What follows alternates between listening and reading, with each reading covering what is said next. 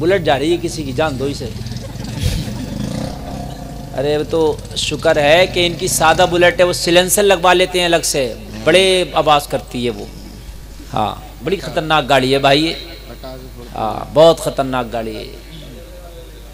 हाँ इस पे से गिरता है आदमी तो फिर गिर ही जाता है, फिर नहीं उठता, बड़ी ख़तरनाक है। हाँ बहुत ख़तरनाक है। अल्लाह अकबर। तो अब आप तो कोई नहीं लेके जाएगा अपनी गाड़ी भाई। हाँ अब मत लेके जाना, मेरी बात सुनना, इसलिए कि ये आने जाने में ना डिस्टर्ब होता है। खुदा की कसम मैं वो बात कर रहा हूँ, अगर अपनी इस जवानी को तुमने इधर दीवानगी में लगा दिया ना, मैं वादा करता हूँ तेरी दुनिया भी कामयाब होगी और आखिरत भी कामयाब होगी। बेशक। अम्मार बिन यासिर नाम शाद, उन्होंने कलमा पढ़ लिया। उस वक्त की बात है कि जब इस्लाम थोड़े से लोगों में था, मक्का के अंदर सिर्फ सीमित था, काफिरों का दबदबा था, उनकी दबंगई चलती थी, वो दहशतगर्दी चलती थी। चंद लोग थे जिन्होंने कलमा पढ़ा था, जिन्होंने कलमा पढ़ा था उनको घसीट घसीट के मारा जाता था, घसीट घसीट के बहुत मारते थे। अम्मार को बहुत मारा, बहुत मारा। उमैया ने मारा, मक्का के अबू जहल ने मारा, इतना मारा कि चमड़ी अंदर से सफेद नजर आने लगी। जब तुम्हारी ऊपर की खाल को सूत लिया जाए, हट जाए, तो अंदर से सफेद चर्बी की चमड़ी दिखती है। अल्लाह। इतना थोड़े से इतना मारा कि सफेद चर्बी नजर आने लगी। जमीन पे पड़ा था ये नबी का गुलाम, हक हक के कलमे ज़बान से निकल रहे थे, मुस्तफ़ा का कलमा पढ़ रहा था। ये उस वक्त की बात है कि बिलाल ने भी कलमा पढ़ लिया था, मगर पता किसी को नहीं था कि बिलाल भी कलमा पढ़ चुका है।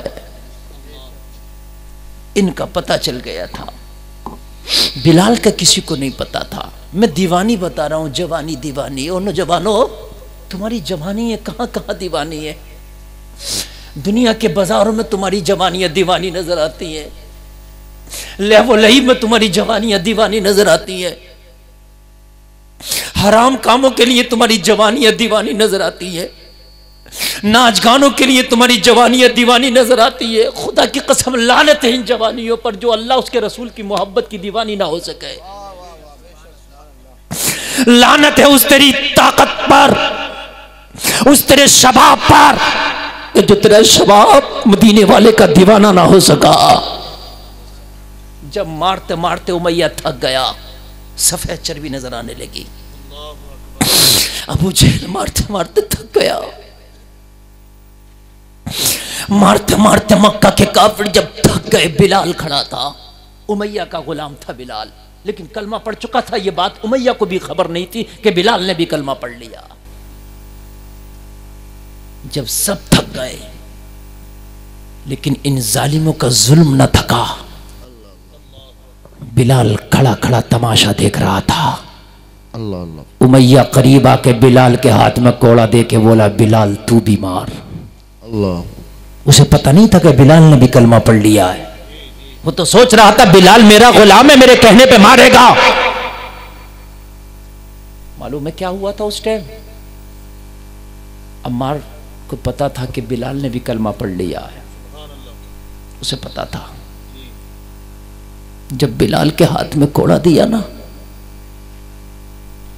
तो अम्मार ने इशारा करके कहा, बिलाल मैं तो पिट ही रहा हूं, दो चार कोड़े तू भी मार ले, तेरा राज दबा रहेगा।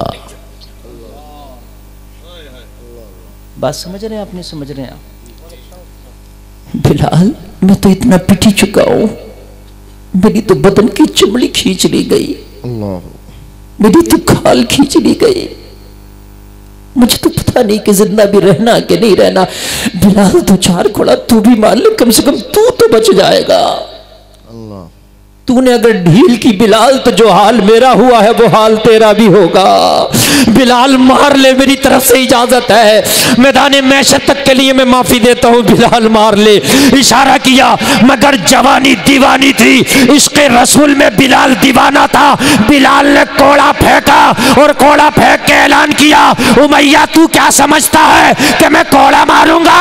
अरे जो शराबे मोहब्बत इसने पी है उसी को तो पी के मैं दीवाना हो गया हूँ। जो कलमा इसने पढ़ा है वही कलमा तो मैंने भी पढ़ा है। बिलाल कह रहा था, ओ भैया कान खोल के सुन ले, वो कोई और होगा जो अपना ईमान दे देगा, नबी का चाहने वाला नबी पे जान दे देगा। मालूम है आपको, मदीना शरीफ में एक औरत जंग के लिए तैयारी हो रही है, मेरे नबी सहाबा को ट्रेनिंग दे रहे हैं, जंग में जाना है। एक औरत आई, हाथ में दूध पीता बच्चा है, गौर करना, चादर से ढका है। अगर कलेजा रखते हो तो जरा सुन लो, ढका है। आई, आके अर्ज करने लगी, आका कुछ कहना चाहती हूं। नबी ने फरमाया, फौजी कैंप है, फौजी ट्रेनिंग हो रही है, सहाबा को जंग की तैयारियां करा रहा हूं। खातून तेरा क्या काम है? अर्ज करने लगी, आका कई जंगों में मेरे घर से हिस्से लिए गए हैं, जब जंग होती है तो मेरे घर से हिस्सा लिया गया। एक जंग में मेरा शौहर हिस्सा लिया था, आका गया था लेकिन वापस नहीं आया। इसे कहते हैं जवानी दीवानी। या रसूलल्लाह फिर जंग हुई, मेरा एक बेटा जवान था, उसने हिस्सा लिया, गया लेकिन वापस नहीं आया, शहीद हो गया। आका फिर जंग का नक्कारा बजा, मेरा दूसरा बेटा होशियार था, वो भी गया। या रसूलल्लाह फिर वो वापस नहीं आया। अल्लाह, इतने गम उठाकर भी क्या कोई औरत जिंदा रह सकती है? मेरे नबी ने फरमाया, खातून फिर अब क्यों आई है? कहने लगी, या रसूलल्लाह मेरे घर में कोई जवान नहीं बचा, शौहर था वो शहीद हो गया, बेटे थे वो शहीद हो गए। नबी ने फरमाया, फिर क्यों आई है? अर्ज़ की, आका क्या करूं, आज फिर जंग की तैयारी है, मेरे घर से कोई हिस्सा नहीं ले रहा है, मुझे बड़ी तकलीफ हुई कि आज मैं क्यों खाली हाथ बैठूं। कुछ न कुछ ज्यादा बड़ा नहीं तो छोटा ही हिस्सा ले लूं, मगर आज भी मेरा हिस्सा होना चाहिए। दिल दीवाना है, आका नहीं माना। सुभान अल्लाह, सुभान अल्लाह।